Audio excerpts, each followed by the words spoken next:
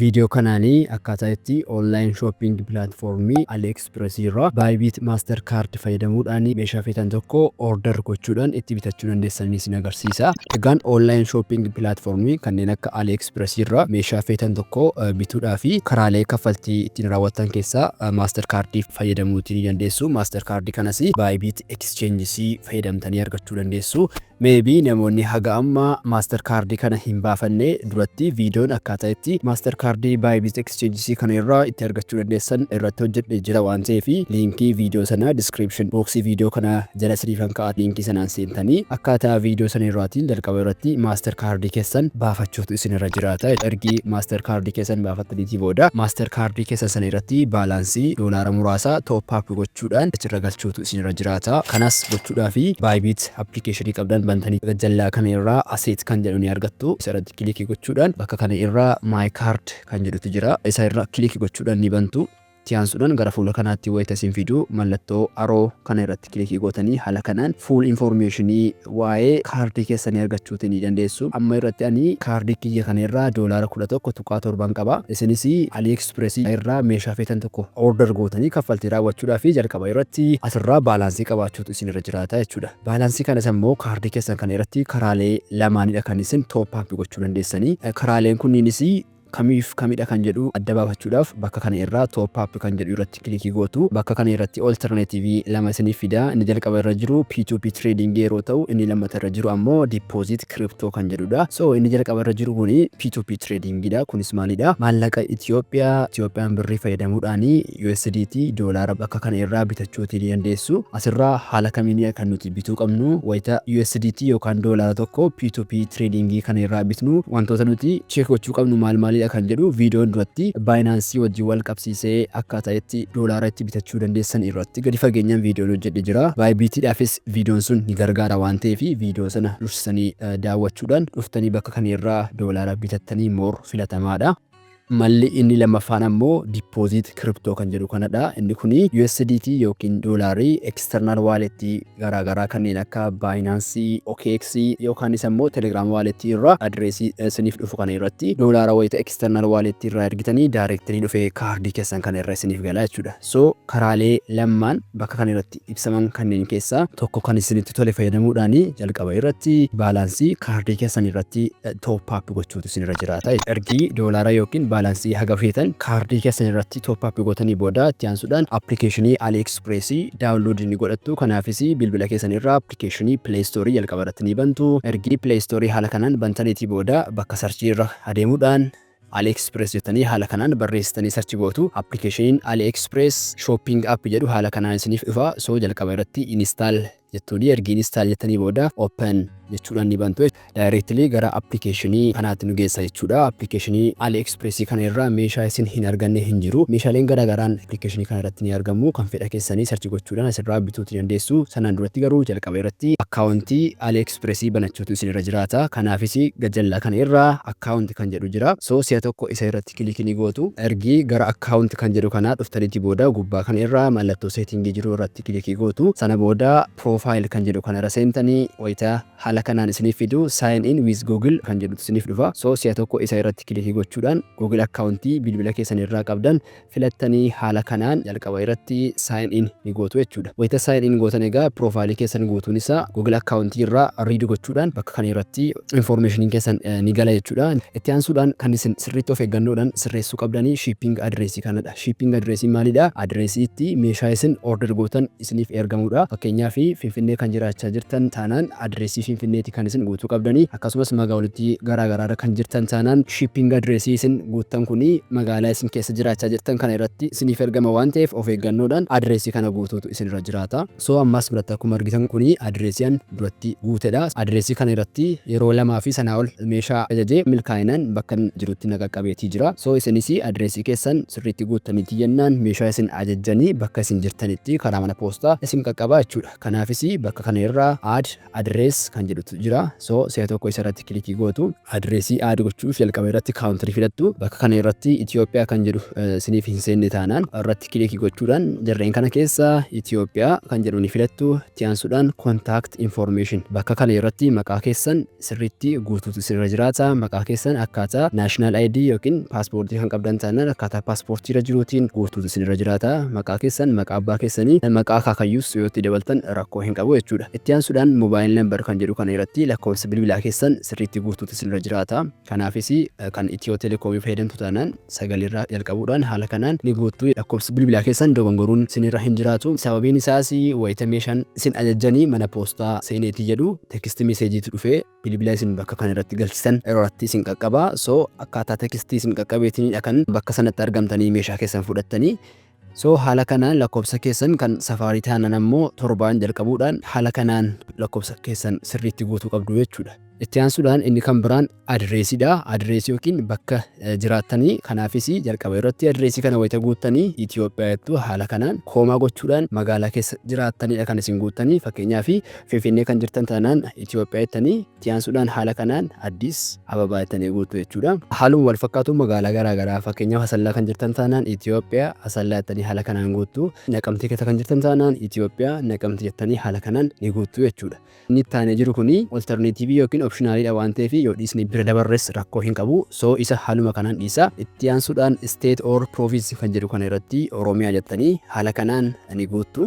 City kan jedhu kana irratti ammoo city yookiin magaalaa keessa jiraattan maqaa isaa bakka kana irratti haala kanaan guuttu. Jimma jirtu taanaan Jimma jettu. Adaamaa kan jirtan taanaan Adaamaa jettu. Naqamtee kan jirtan taanaan Naqamtee jettanii haala kanaan ni guuttu jechuudha. Xumura irratti zip code kan jedhu kana guuttu. Zip koodiin kan Finfinnee 1000dha. Haala kanaan guuttu jechuudha. Finfinnee keessa kan jiraattan taanaan magaalotiin Oromiyaa garaagaraa hedduun isaanii zip koodii hin qabanii. So maal gootu by default 04 haala kanaan ni guuttu jechuudha. Xumura irratti status default shipping address kan jedhu kana haala kanaan onii gootu. Kunis maaliif isin gargaara? Adreesii isin bakka kana irratti guuttan irratti yeroo hundumaa meeshaa isin ajajjan kamiyyuu akkan isiniif ergamu yookaan barbaadan ta'e togilii kana haala kanaan onii gootu. Xumura irratti save jechuudhaan ni raawwattu jechuudha. Wayita haala kanaan guuttan egaa adreesii isin sabmiit gootanii bakka kana irra dhufee isiniif seena. Haala kanaan adreesiin sun isiniif seenuu isaa mirkaneeffachuutu isinirra jiraata. Ergi shipping address kan jedhu kan haala kanaan guutnee xumureetii booda shippituu kan jedhu kanatti dabarra. Shippituun kunis biyyatti isiniif ergamudha. So bakka kana irra tuquudhaan Itoophiyaa kan jedhu filattanii ni galchitu jechuudha. Haala kanaan inni itti aanu karansiidha. Karansii yookiin gosa maallaqaa meeshaaleen garaagaraa bakka kana irratti display ittiin taa'aa jiran. Amma fakkeenyaaf ETB irra jira waan ta'eef Itoophiyaan birriidhaan asirratti display taa'aa jira. Kan nuti kaffaltii raawwannu doolaaraan yookaanis USDdhaan waan ta'eef bakka kana irraa karansii kana osoo gara USD yookaan doolaaraatti jirree moor filatamaadha. Kanaafis isa irratti kilikii gochuudhaan bakka kana irraa USD kan jedhu as biraan arganna. So isa kilikii gochuudhaan haala kanaan gara doolaaraatti wayita jijjiirruu meeshaaleen hundi isaanii gatii jara doolaara waliin haala kanaan nuuf baasaa jechuudha. Ergi settingiiwwan kanneen haala kanaan sirreessinee xumureetii booda egaa gara home page'itti adeemuudhaan bakka kana irratti meeshaa barbaanne tokko ni ajajna jechuudha. Kanaafis waliin meeshaa tokko haa ajajnu. Meeshaa nuti ajajuu barbaanne tokko bakka kana irratti maqaadhaan sarchi gochuutii ni dandeenya yookaanis ammoo liistiiwwan bakka kana jiran keessaas argachuutii ni dandeenya. Fakkeenyaaf amma nuti sa'aatii yookiin waachii tokko waliin haa ajajnu. Main watch jedheen haala kanaan sarchi godha. Sa'aatii bakka kana irra jiru kanaan nan jaalladhe gatiin isaa $1.86 jedha. Sa'aatii kana mee waliin haa ajajnu. Irratti kilikii goona jechuudha. Haala kanaanii ergi irratti kilikii goone booda egaa sa'aatii kana ajajuu keenyaan duratti wantoota nuti sirriitti ilaaluu qabnutu jira. Inni jalqaba irra jiru piraayisii isaati. Itti aansuudhaan diskiripshinii waa'ee sa'aatii kana barraa'e as biraa dubbisuutu nurra jiraata. Maaliif yeroo tokko tokko wanti bakka kana irratti agarsiisamuu fi diskiripshinii kana irratti wanti barraa'u waan garaagaraa ta'uutu ni mala. So diskiripshinii kana dubbisuu hin dagatina. Dabalataanis immoo reetingii bakka kana irratti sa'a kanaaf namoonni duratti bitan kennanis cheek gochuutu nurra jiraata jechuudha. So reetingii isaas bakka kana irraa ilaaluutu nurra jiraata. Sa'aatiin kun 3.8 reetingii qaba. Somehow humaan jedhu bareedaadha. Inni kan biraan shipmentii isaati. Shipmentii fi ilaaluutu nurra jiraata. So free shippingii yeroo hunda kan nuti ajajuu qabnu. Maaliif shippingii fi qaba taanaan gatii nuti bakka kana ilaalle irratti gatii dabalataa kan biraan nu gaafata waan ta'eef jarreen free shipping jedhanidha kan nuti ajajuu qabnu jechuudha. Sa'aatiin kun free shippingiidha. Baasii dabalataa kan biraa na hin gaafatu jechuudha. As biraa akkuma argitan egaa sa'aatiin kun kalarii garaagaraas ni qaba. Haala kanaan kalarii isaas bakka kana irraa filachuutii ni dandeenya. So bilaakiidhaan waan bareedu natti fakkaata. So haala kanaan bilaakiidhaan filadhee jechuudha. Ergiin haala kanaan filadheetii booda egaa bakka kana irraa buy now kan jedhutu jira. So si'a tokko isarratti kilikii godha. As biraa quantity filachuutii dandeenya baay'ina jechuudha.